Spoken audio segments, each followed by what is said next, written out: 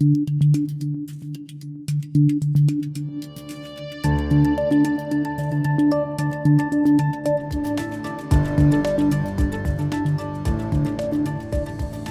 everyone, my name is Anastasiia Lapatina and you're watching This Week in Ukraine, a video podcast from the Kyiv Independent.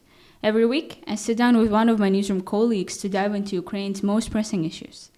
And this time, we're talking about life in frontline Donbas and how vicious Russian attacks have become routine there. I'm joined by the Kyiv Independent reporter Asami Terajima, who's been covering the Donbas since the beginning of the full-scale invasion. Asami, it's your first time here. Welcome to the show. Thanks for having me. So, Asami, we asked you to join today because of what happened in Pokrovsk, a city in Donetsk Oblast, around 50 kilometers away from the active front line, from the hostilities. Because on August 7th, just a few days ago, Russia bombarded Pokrovsk with missiles, killing at least 9 people and wounding 82 others. And unfortunately, as days goes on, these statistics tend to rise. Undoubtedly, this was a huge attack on a relatively small city, so tell us a bit more about what actually happened there, about this attack. The first strike happened at around 7:15 p.m., which is when, just a few hours before the curfew, so people and, soldiers included are grabbing dinner right before they go back to their base or an apartment where they're staying at. So obviously, it was like a time when people were still in the central part of Pokrovsk. And I saw some pictures, people were still, resting and just, enjoying their ordinary, their daily life. And then all of a sudden, at around 7:15, according to the officials, the ballistic Iskander missile struck a residential building in this area where there is this central, it's considered a central square of Pokrovsk. Then after 40 minutes, the Russian forces launched another strike, this time hitting the Druzhba Hotel, which was adored by many journalists and soldiers. That was hit, and several floors of the hotel was destroyed. So I don't think the hotel will ever work again. But also, this hotel was not working for about 5 weeks, from what I heard, because after the strike on Kramatorsk, there was a warning not to use the Druzhba Hotel because the SBU has found out that Russian forces had the coordinates of the Druzhba Hotel and they were going to target it. There were a lot of there were a lot of soldiers who were on their days off, but it's not a military base. But Russians naturally they don't really care about that. So it's almost like a barrack situation. So for them, obviously, it's a target. So the journalists also have been warned not to use that hotel. So about 5 weeks, I know it's been closed. The restaurant next to it was also completely destroyed. It was called Creon Pizzeria. All the many journalists, aid workers, and soldiers after a day on the field or after their duty, they come to this restaurant a lot because it was just a very homey place, Why would Russians launch 2 attacks 40 minutes apart?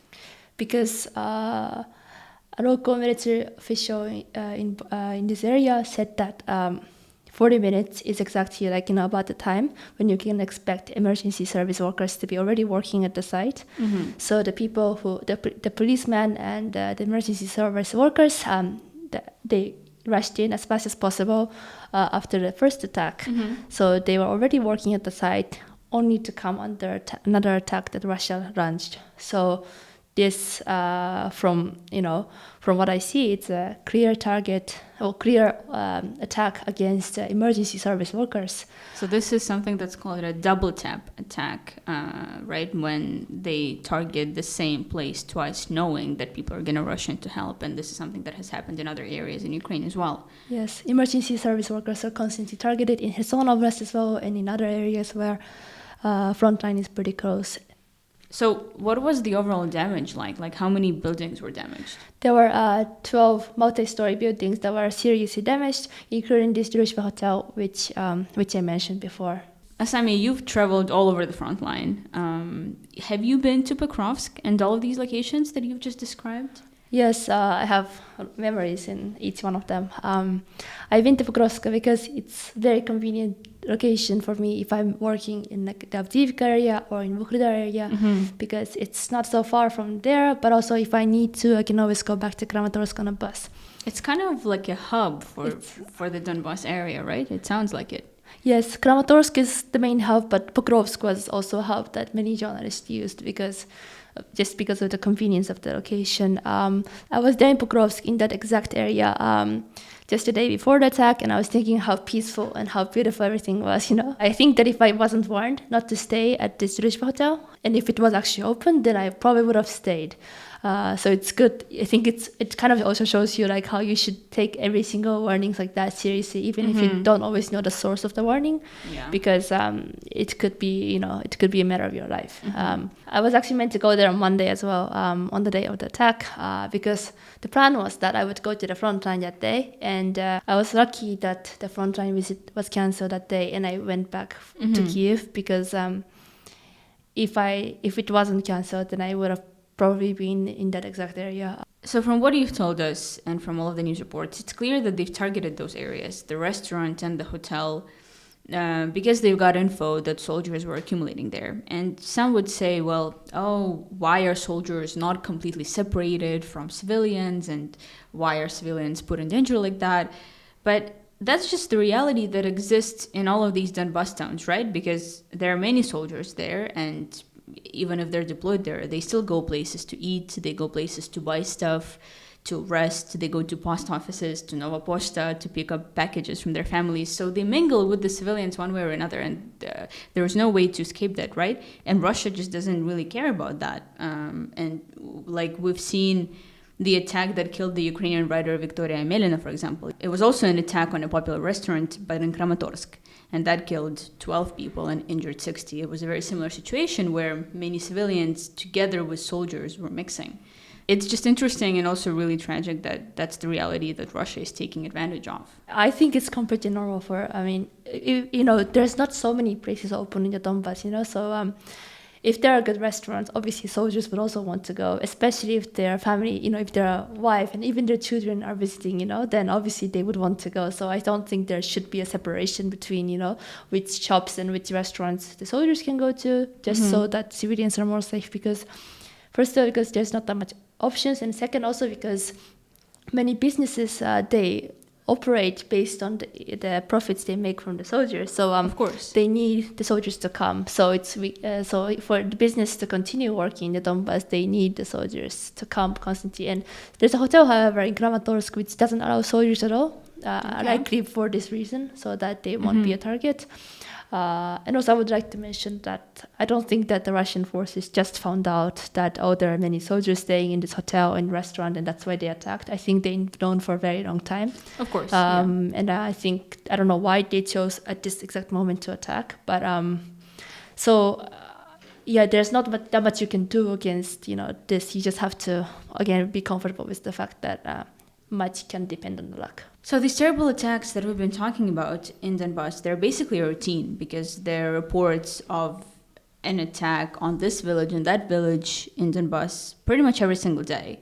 And people die every day and houses are being destroyed. And it happens so often that it looks like, unfortunately, it just no longer evokes the same emotion as an attack on Kyiv, for example. Do you get that feeling? Yes, the more often it happens, the more people kind of get used to it in a negative way. So, they're not even like flinching to the sound of it, running to a shelter, even though, the regional military official is saying that everyone needs to rush to the shelter, but they're just waiting for bread because they need something to eat. So this was going to be my next question, actually. How are people in all of these areas with pretty much constant shelling, how are they accommodating? How are they getting used to it? What have you seen? It's difficult because the more difficult the logistics to send a surprise to these towns and villages become, the more expensive the food is, So, for example, in Chasiv Yar, I know that many local residents now can't afford a lot of food. There are also very few shops open, if at all open it is now, because I was there last time in June. So volunteers coming pretty regularly. The local authorities are also, working with volunteers to provide food at a given like humanitarian aid point. So they usually get like bread, oats, and the buckwheat, and just pretty basic. Pretty basic, yeah, things that last long, so that they because the volunteers in very heavily shelled areas, the volunteers likely they usually don't come often, so they come like once a week, sometimes twice. So that's why these food need to last long, and also they need to be pretty cost effective because they can't bring expensive food every single time. And are there actually many people who still stay in all of these areas? Because I went to Donbas since the beginning of the full-scale invasion only once, and I've been to several areas, including Chasiv Yar. And to my eye, those towns didn't seem deserted, right? Like there were still people. I remember I went to grab coffee and there was a couple that was getting married and they had a wedding photo shoot and there were sounds of shelling, and I could hear it. Everybody could hear it. And here they were getting married, young and happy in their 20s. And that really had an effect on me because I've never seen anything like it. I've never seen, life just go on with constant sound of shelling in the background. How would you estimate how many people are still left there? Is it the majority, the minority, and also why are they still there? Why do they not leave? I think it really depends on like the town, the city or the town or village, because it depends on how close you are to the heavy fighting and how heavily it's getting shelled. But I would say that in general, there are, I think, about 30 or 40% are left, and the rest have fled, especially those with small children. For example, in places like Chasiv Yar, according to the official figures, there are no children there. So it's basically the situation is that there were many elderlies who have grown up there, who have their houses there, and for them, first of all, they're attached to the place, and also their parents are buried there, but also they don't have the material resources to leave to a different place. If they flee to a different region, then they get about 2,000 hryvnia per month, which is about $50, which is nothing. It's nothing, yeah. And if they're pensioners or if they have a children, then in this criteria, each person gets 3,000 hryvnia, which is also nothing. Yeah. To rent an apartment in Kyiv, it's much, much more. Obviously, they probably wouldn't come to Kyiv because the prices here are high. Also, if they wanted to flee abroad, it's very difficult because they don't speak English. So the options are like either they stay in wherever they're at, or try to find volunteers who can find a way to flee to a safer place in Ukraine. Almost like organizing everything for them, but that is very difficult. I've had there was a guy who lived in Konstantinivka, which is now pretty it's shelled pretty regularly. It's a site of pretty constant cluster ammunition attacks. It's happened several times over the past few weeks.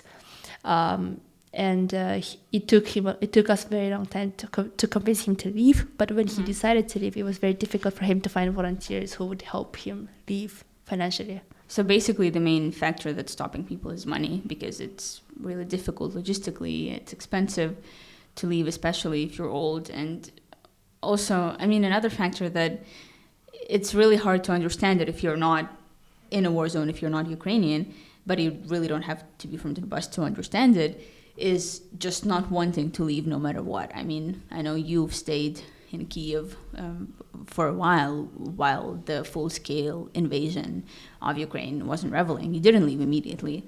My family didn't leave immediately. It took days and days and days of relentless shelling and attacks for my family to finally pack up and leave.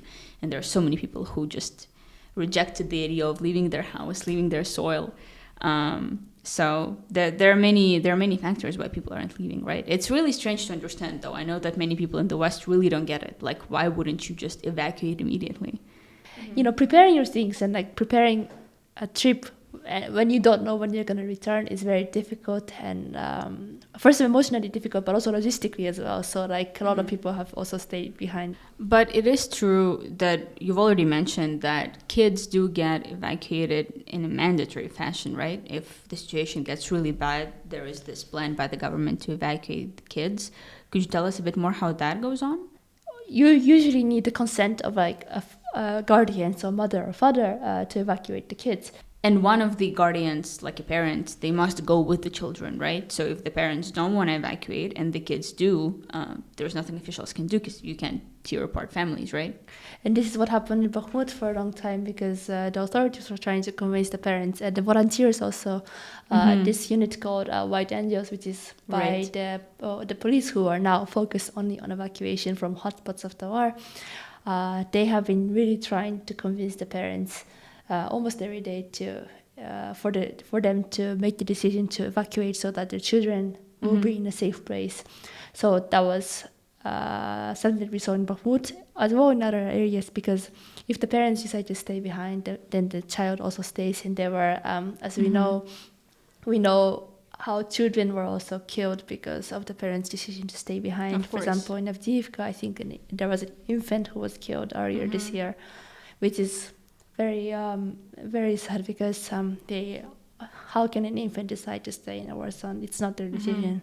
Yeah, and this infant, as well as other children who were killed in such situations, they deserve to grow up and fall in love and live. Yeah, it's quite ironic, but also, of course, really tragic that one of Russia's main propaganda narratives since the beginning of Russia's full-scale invasion of Ukraine, but also years back since 2014 when Russia first invaded Ukraine, one of their main propaganda narratives is that Russia is saving people of Donbas, that it's protecting people of Donbas, while in reality, people living in Donetsk and Luhansk Oblast are under relentless attacks basically daily, especially now since Russia invaded Ukraine fully. And so many cities are razed to the ground. There are so many cities and towns and villages just gone, wiped out of the map, because Russia doesn't care how much it damages a town, how many civilians it kills in order to achieve its military, objective. I mean, you can't really be saying that, you're protecting people of the Donbas when you launch everyday regular attacks and also, large intense attacks, such as what we saw in Kramatorsk railway station in April 2022, which killed 61 people, including 5 children. It's the people who were trying to, evacuate from Donbas because the full-scale war has begun and they don't feel safe there. It's being heavily shelled. Yeah, I remember that attack. It was really horrendous and bloody, and it was like one of those really innocent places. It was a railway station where people were trying to evacuate. But Russia has done this both in Donbas and all over Ukraine as well. They've attacked humanitarian hubs. They've attacked evacuation points. Yes, and we also remember that Mariupol, what happened in Mariupol, which was, I think, the most brutal attack that we've seen. That's the bombing of the Mariupol drama theater, which, according to investigations and official reports, it appears that about 300 to 900 people were killed, but we don't know. We cannot confirm the figure yet until the city is liberated, and it's very horrifying to think how many people were killed there after months of very brutal Russian siege and heavy Russian shelling and heavy fighting.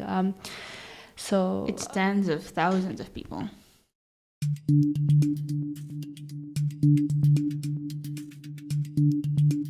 We're now going to be moving to questions that we got from our community members. The Kyiv Independent has its own community membership system, so it's really easy to support us just by going to our website at kyivindependent.com/membership. There are various tiers and also an option for a one-time donation, but you can support us for as little as $5 a month, and you get really cool perks like access to exclusive events with the newsroom, discussions with editors, and more. You also get access to a Discord server where there is everybody in the community there, and also the newsroom, so you can send journalists questions, and we try to engage as much as we can. And of course, our favorite perk is that you get to send us in questions before every single episode of the podcast, and we try to answer them and address them as much as we can in every episode. So the first question that we got was, how will Ukraine, after it reconquers all of Donbas, deal with a significant part of the population that was pro-Russian or supported the occupation, and B, a population that has been subject to 10 years of Russian propaganda and brainwashing? I assume the significant part of the population is quite arguable. I personally wouldn't say it's a significant part of the population, but what do you think? How is Ukraine going to deal with Russian supporters, and some of them are in fact Russian supporters in Donbas? Some of them are, but I wouldn't say that. Also, I wouldn't say that it's a significant number. I haven't encountered that many, and soldiers have actually often talked about this, because for them it's psychologically difficult when you're already, you're defending these towns and cities and villages with what could be the cost of your life, and they have had cases where they think the local residents have given away their positions or given away their coordinates. Which does happen sometimes. Which does happen, but so it's very in such cases, or like for example, they don't appreciate how local residents might not really appreciate them, like, what are you doing here, like, because of you there's a war here and our city is being destroyed. So there are some people who don't completely understand the picture, because they also consume Russian language news, or as the community member mentioned, yes, they've been brainwashed to Russian propaganda for years, and maybe and also likely from the childhood, because they've been watching, they've grown up in the Soviet Union, and they've only been watching, Russian TV. Yeah. How do you think Ukraine will deal with those people? Is there anything we can do? I think that because Ukraine is a democratic country, and it's in which people are free to, say anything and have different values, because every one of us is different. I think that Ukraine will be able to deal with it, and the majority, as we know, the significant number of the population in Ukraine is very pro-Ukrainian and very pro-Western and pro-democratic values. So obviously, I think that this is not an issue that we can expect after the war. I mean, there's also not much that we can really do. I usually just answer those questions like, what do people expect us to do about those people? Like, lynch them, kill them? Like, we're not going to do any of that. Yeah. People can have the opinions they do. And it becomes a real problem once they actively go and enforce those views, like, like feeding info about military positions to the Russians. Then it's a crime, and the SBU and police are going to come knocking on your door. Yeah. But if you're just a supporter of Lenin, I mean, what can we do about it? Yeah, you're going to be kind of canceled. The society's not going to like you, but practically, I don't think there's much we can do.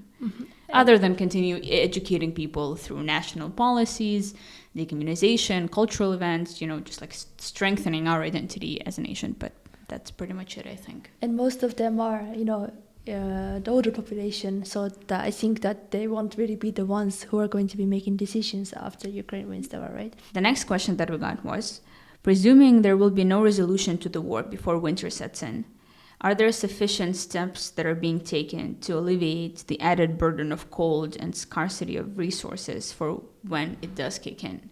So basically, we've heard all of these news reports about the next winter being worse than the previous one, and we of course remember the threat of blackouts that happened last winter. So the person is asking, what is government doing anything specific about it, especially in the Donbas area where there's already a problem with resources that it's just bound to get worse? This war will very likely continue throughout the winter, but haven't really seen any sign of preparation for the upcoming winter.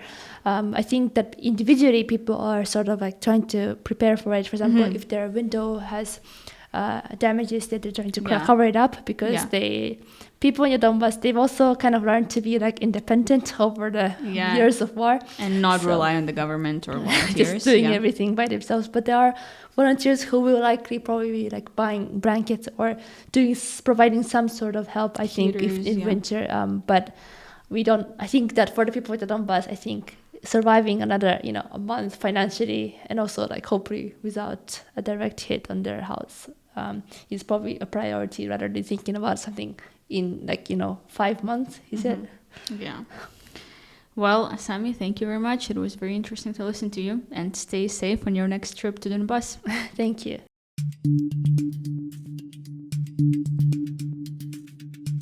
Also this week, Ukrainian special forces successfully thwarted a Russian effort to hack the military's combat information system, the Ukrainian Security Services announced on August 8th. The State Bureau of Investigation has also announced that 112 cases regarding abuses by military enlistment officers have been brought to investigation in Ukraine since the start of Russia's full-scale invasion in February of 2022. And Ukraine's military said that Russia continues to use chemical weapons in Ukraine. According to the commander of Tavria military sector, Alexander Tarnavsky, Russian troops fired 2 artillery barrages with munitions that contained a chemical substance on August 6th. You can find our show on YouTube and all audio platforms every Friday morning. If you like this episode, please subscribe to us and like our content wherever you're listening to this podcast. Also, check out the Kyiv Independent's multimedia project, Ukraine's True History, which is a series of articles and videos on YouTube about Ukrainian history and Russian myths that really need to be debunked. Please support the Kyiv Independent by going to kyivindependent.com/membership, and also by subscribing to our social media, to our Twitter, Facebook, and Instagram. We'll be back next week. Thank you for watching.